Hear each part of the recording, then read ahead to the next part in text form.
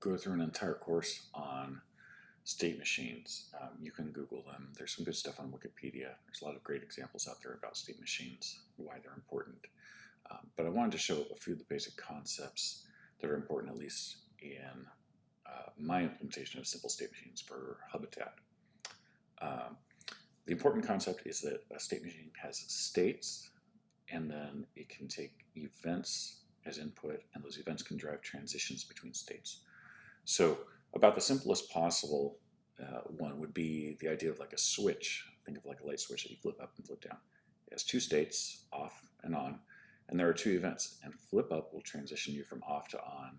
If you are in off, flip up will transition you to on, and if you are in on, flip down will transition you to off. Very basic, very simple state machine. A three-state state machine, you can see like the idea of an alarm system is a three-state state machine, and it actually has three events but four different transitions. So just like a switch, it has arm and disarm that can move you from disarmed to armed. But if you are in the armed state and the alarm is tripped, you can switch to an alarm state. But then also from there, you can disarm and take you to the disarm state. So that's the same event, the disarm event, but it drives a different transition depending on which state you are in when it happens. So how do I implement a state machine in Hubitat? So I coded it up as a custom app, and one of the big questions was how to implement the states and the events and the transitions. And one of the things I want to do is I don't want to recreate Rule Manager, so I don't want to have to do all that logic. I want to work well with Rule Manager. And so what I did is in the Simple State Machines app, as you define these states and events, it creates child devices. And there will be one child device for each state. So if we were to do this alarm system, we would have three child devices that are the disarmed state, the armed state, and the alarm state. And those child devices, they are virtual devices, and they implement the switch capability, which in Hubitat allows them to be either off or on. And only one of these is going to be on at a time. In my custom driver for them, I actually made it so that the users, you cannot switch one of these on or off yourself. It's only the parent state machine that can switch them off and on and control which state is active. But by making a state active, so say if we go into armed and it switches to on, because it has that switch capability, that means you can bind a rule in rule machine to it.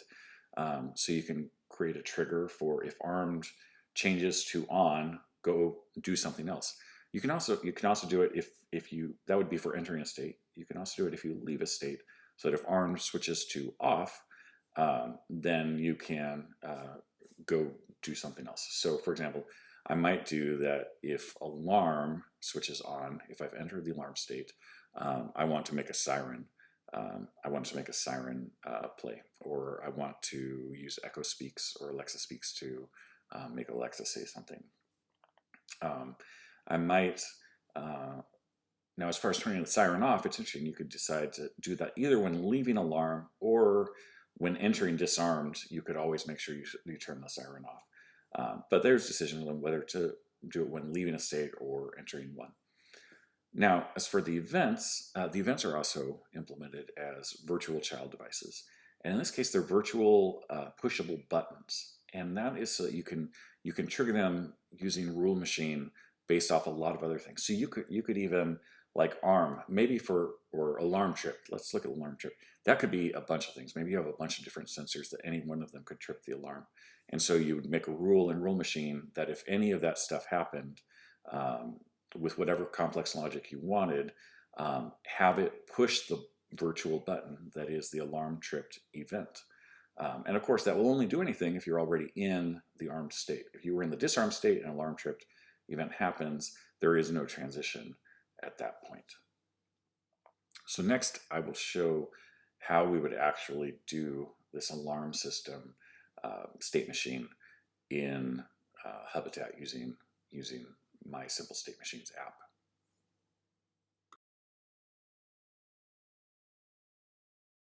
going to show how to make that three-state alarm system that I had showed here with the three states and three events but four transitions. And I'll show how to make it using the Simple State Machines app in Hubitat.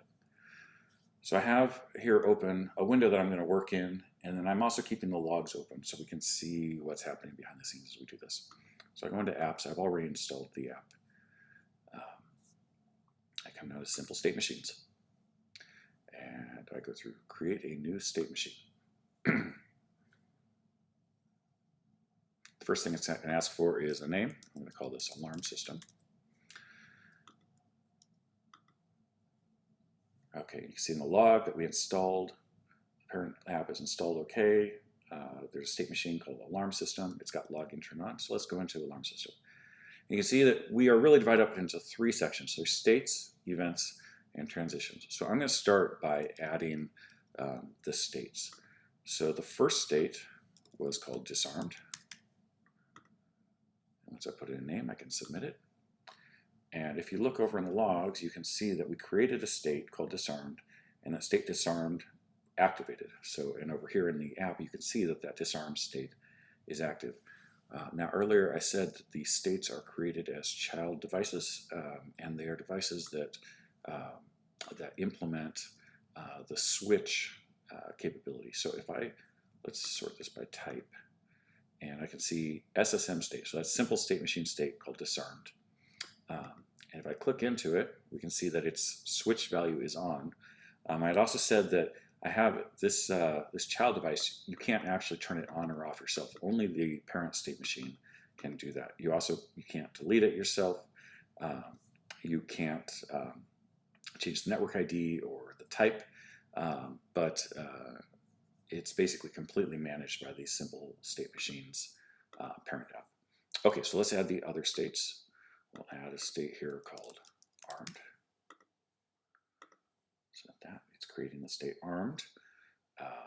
We will add one called alarm. That's also another state here. There's also an option to remove them. If we go back to the device list, we should see now that we have three states, and only the disarmed one is turned on. If I look at like the alarm one, it is a switch that is off. Okay, so now I have three events I need to make. I need arm, disarm, and alarm tripped. So let's add an event called arm. Created an event called arm. Let's add an event called disarm. And we will add an event called alarm tripped. Okay, so far there's no transitions defined yet, and there's a couple ways to show transitions, and one of these is a transition chart that would show a transition from a state on the left to a state up on the top. So we have no transition. So even if we fire these events, we're not actually going to change state. But I want to show back in the devices list that these events, so the SSM events, those were also created as child devices that implement pushable button, and so basically they can be pushed in order to activate them. And you can see here an event, we get a log that an event was triggered, arm. The current state is disarmed, but there's no further log about a transition or anything. And you can fire these events again and again, and it's fine. Nothing happens because there's no transitions. So now let's find the transitions. So remember, we want to go from disarmed to armed by the arming event. So let's add a transition. The trigger event is going to be arm, and we're going to go from disarmed to armed. And now I actually show it in two ways. You can see there's the arm one from disarmed to armed, and you can also see in the transition chart or the transition table from disarmed, the arm event can take us to the armed state. So now let's add the other ones. If the trigger event is alarm tripped, that can take us from state armed to alarm. So that shows up in the transition chart also. And then we have two transitions from the disarm event. So disarm event can take us from armed to disarmed, and the disarm event can also take us from alarm to disarmed. So basically, from any other state, disarm will take us back to the disarmed state.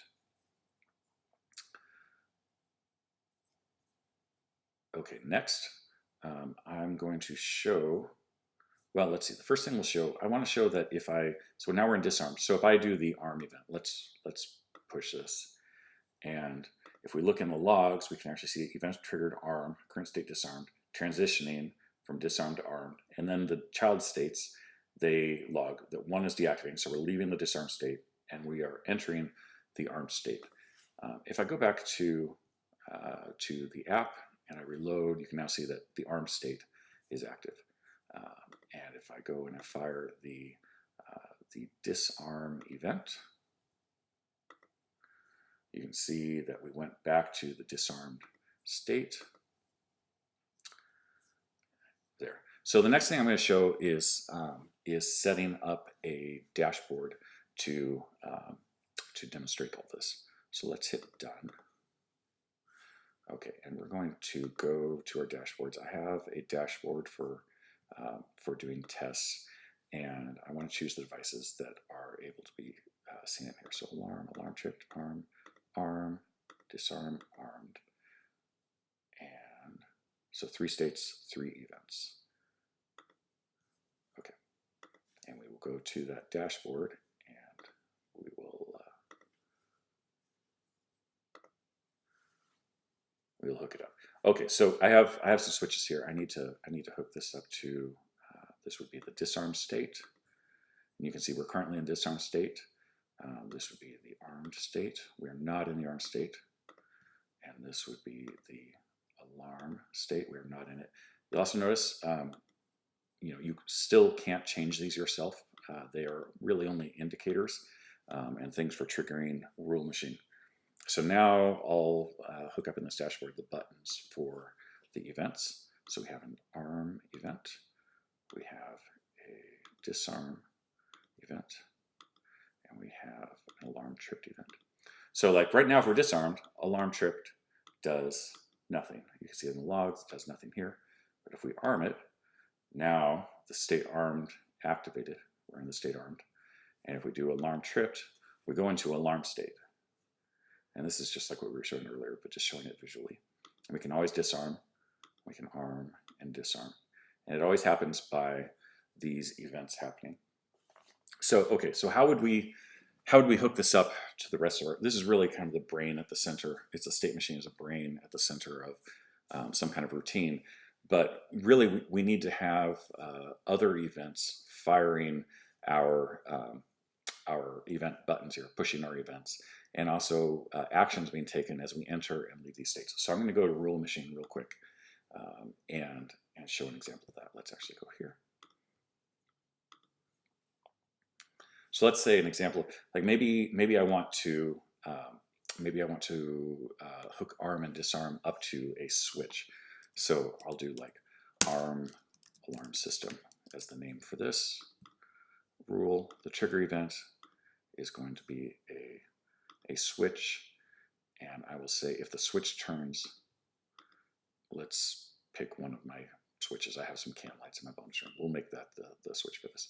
So if that switch turns on, then we are going to run an action, and that action is going to be push a button. We are going to push a button, and the button we will push will be called arm. And then, of course, buttons have a number, so we have to choose button number 1. And we'll say push. So if we're done with this action. So this is basically how you tie simple state machines into the rest of your system, is using rule machine. So that would be, and I'd make another rule where if I turn the switch off, it fires the disarmed event. And I might make a rule that if a certain door opens after 1 a.m., maybe that fires the alarm tripped event. Now for the results, what I can do is things like like, so as we change into states, like maybe I want to make a rule. So let's make a rule of we get into alarm state. And my trigger event is going to be if the switch, which is the alarm state has the switch capability. If the switch called alarm turns on, so this is when we enter the state, maybe I want to do an action where I turn on every light in the house. I'm not going to set these up right now, but maybe we turn on every light in the house and we do a siren, or we make our Alexa devices speak or something like that. So, and you can, by basically doing this depending on whether the alarm state turns on or whether it turns off, that's when you're entering or leaving a state. So you can basically have something that happens when you enter the state or when you leave it like this. So that's basically how you would set up a state machine in simple state machines.